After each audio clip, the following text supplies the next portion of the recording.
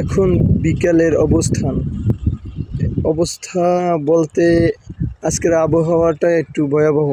বাতাসের গতি তো আছেই। এখানের মেঘের অবস্থা, উপরে মেঘ দেখা যাইতেছে, আর নিচে অবস্থা খুবই ভয়াবহ লাগতেছে। মানে কোনো একটা আভাস দিতে আছে, আগে থেকেই সংকেত দিতে আছে যে দুর্যোগ যে হবে, সেই সংকেতটা দিতেছে আবহাওয়া। এই জায়গায়